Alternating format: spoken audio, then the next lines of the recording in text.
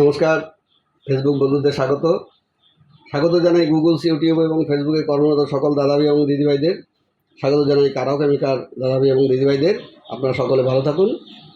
শুরু করছি হারিয়ে যাওয়া শিল্পীদের নিয়ে অনুষ্ঠান কথায় ও গানে তোমায় পড়েছে মনে। আজ যাকে খুব মনে পড়ছে তিনি কিংবদন্তি শিল্পী ও সুরকার শ্রদ্ধেয় শ্রী মানবেন্দ্র মুখোপাধ্যায়। আজ ওনার 96তম জন্মদিন। এই 96তম জন্মদিন এই 29 সালে বেশ কয়েকজনেরই আছে। যেমন শ্যামল মিত্রজির জন্ম জানুয়ারি মাসে, তারপরে গত মাসে ছিল কিশোর দার জন্মদিন, তারপরে আজকে যেমন মানবদার জন্মদিন, আবার সামনের মাসে লতা দিদির জন্মদিন। এরকমই তাদের জন্মদিনগুলো একসঙ্গে পড়ছে। আবার সুধীন দাশগুপ্ত, বিখ্যাত কবি সুরকার সুধীন দাশগুপ্তরও জন্মদিন 1929 সালে। ওনারও সেপ্টেম্বর মাসে, মানে ওনার অক্টোবর মাসে, 9 অক্টোবর ওনার জন্মদিন। এরকমই এনারা ওই 1 মাস 2 মাস 3 মাস 4 মাসের বয়সের তফাৎ। যাই হোক, আজকে অনুষ্ঠানের শুরুতে আমি কাজী সাহেবের একটি গান, যেটি মানবদা গেয়েছিলেন। কাজী সাহেব অসুস্থ অবস্থায়, উনি তখন বাকরুদ্ধ, তাই বাংলাদেশে গিয়েছিলেন এবং কাজী সাহেবের সামনে উনি গানটি পরিবেশন করেছিলেন। এবং কাজী সাহেব তো কথা বলতে পারেন না, কিন্তু চোখ ছলছল করছিল। এবং এই গানের শেষে মানবদার হাতে এরকম মোটা একটা গানের ডায়েরি তুলে দিয়েছিলেন, যে ডায়েরি তিনি কখনো হাতছাড়া করতেন না।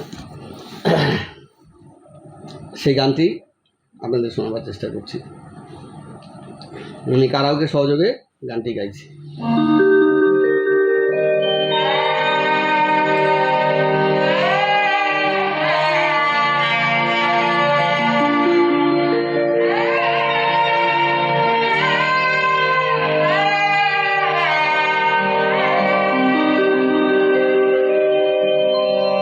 কেন ফোটে, কেন কুসুম ঝরে যায়, মুখের হাসি চোখের জলে নিভে যায়। কেন ফোটে, কেন কুসুম ঝরে যায়, নিশীথে যে কাঁদিল গলা ধরে, নিশীথে যে কাঁদিল গলা ধরে, নিশি ভরে সে কেন যায় সরে যায়, ঝরে যায়। কেন কুসুম ঝরে যায়, ঝরে যায়, ঝরে যায়, কেন ফোটে, কেন কুসুম ঝরে যায়।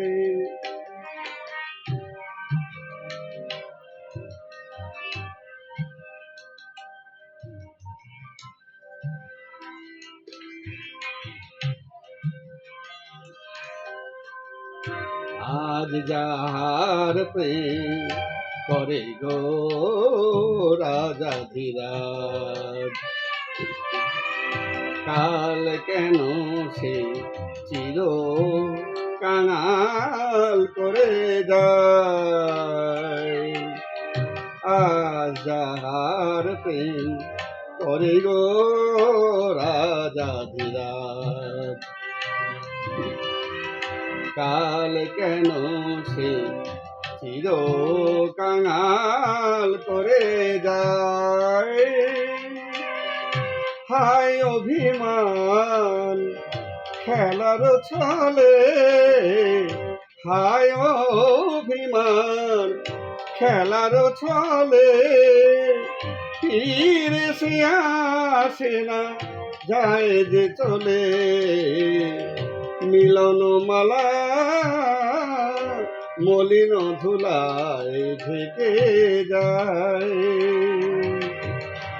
মুখের হাসি চোখের জলে নিভে যায়, ঝরে যায়। কেন কুসুম ঝরে যায় ঝরে যায় ঝরে যায়, কেন ফোটে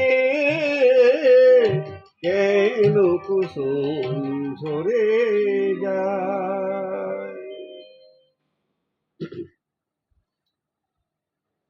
একটুখানি মানবদার কথা বলি। এর আগে তো ওনার সম্পর্কে অনেক কিছু আলোচনা করেছি, অনেকবার অনেক রকম গল্প করেছি। আমি মানবদার সান্নিধ্যে আসতে পেরেছিলাম এবং আমি সদ্য সদ্য চাকরি পেয়েছি, সেই সময় আমাদের এলাকায় এসেছিলেন, তাকে প্রণাম করেছিলাম। তিনি মাথায় হাত দিয়ে আশীর্বাদ করেছিলেন এবং প্রণাম করার সময় বলছেন, বাঙাল তো, জন্ম হয়েছিল তো এখানে জন্ম হলেও তার পৈতৃক ভিটে তো ছিল বাংলাদেশে, তাই বাঙাল ভাষায় কথা বলতেন। করস কি আমাকে বলছেন, তা আমি বললাম যে প্রণাম করলাম। কেন? আপনার গান ভালোবাসি তাই। মাথায় হাত দিয়ে আশীর্বাদ করবেন। গান শিখস?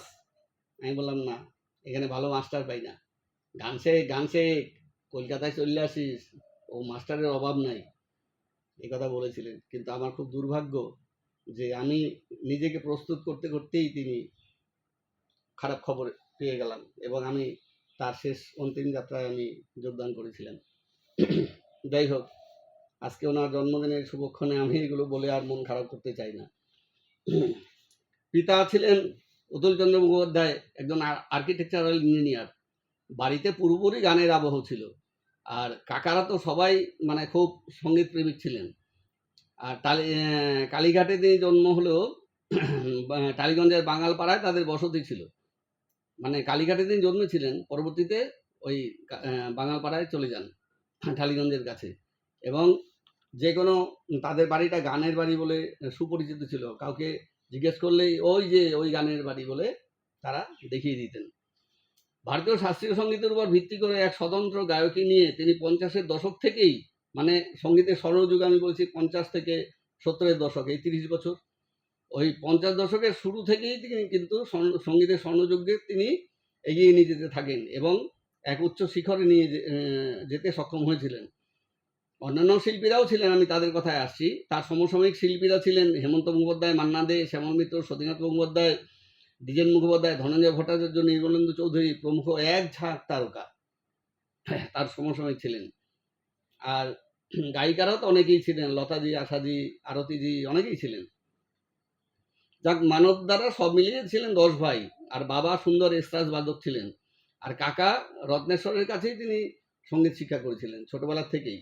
আর গলায় তো অসাধারণ সুর ছিল ছোটবেলাতেই। তিনি কাকা রত্নেশ্বর ছিলেন শাস্ত্রীয় আঙ্গিকের একজন বিখ্যাত কীর্তনিয়া এবং কাজী সাহেবের খুব ঘনিষ্ঠ বন্ধু।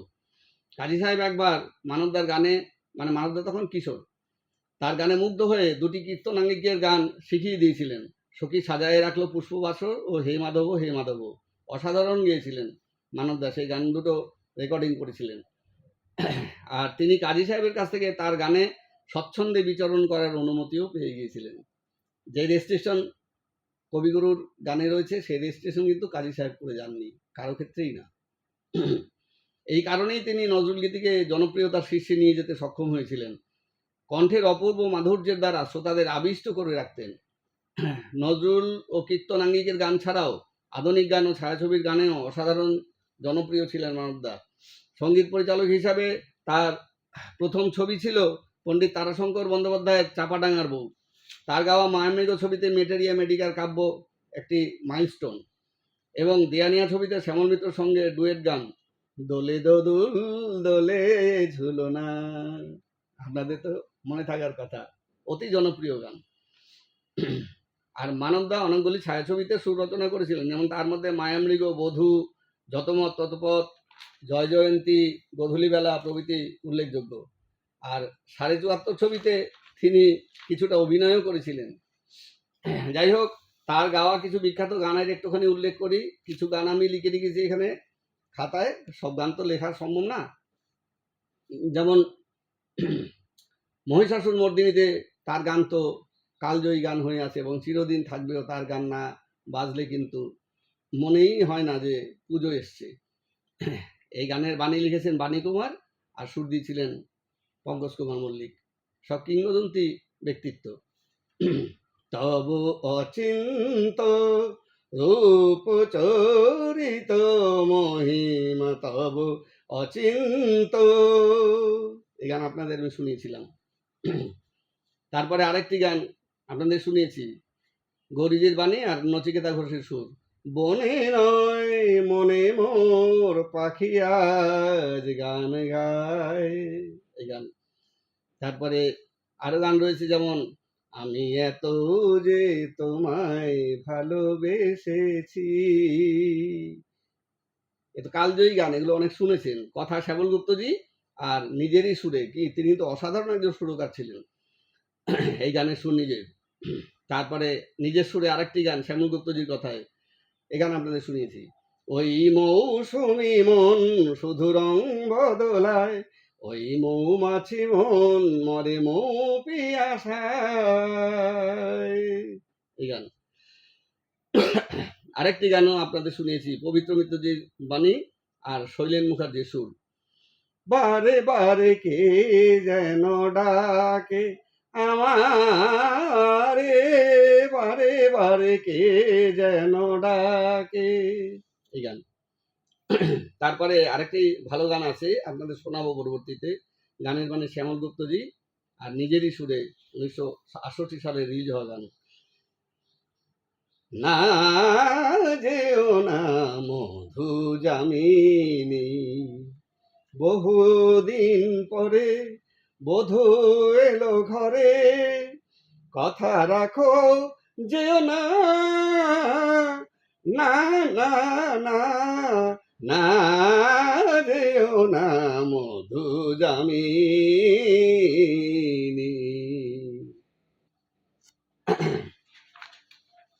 তারপরে তিনি তো নজরুল গীতিতে ছিলেন একচ্ছত্র সম্রাট বলা যায়। তার গাওয়া এই গানগুলো অনেক শুনেছেন। অরুণকান্তিকে গো যোগী বিকারী।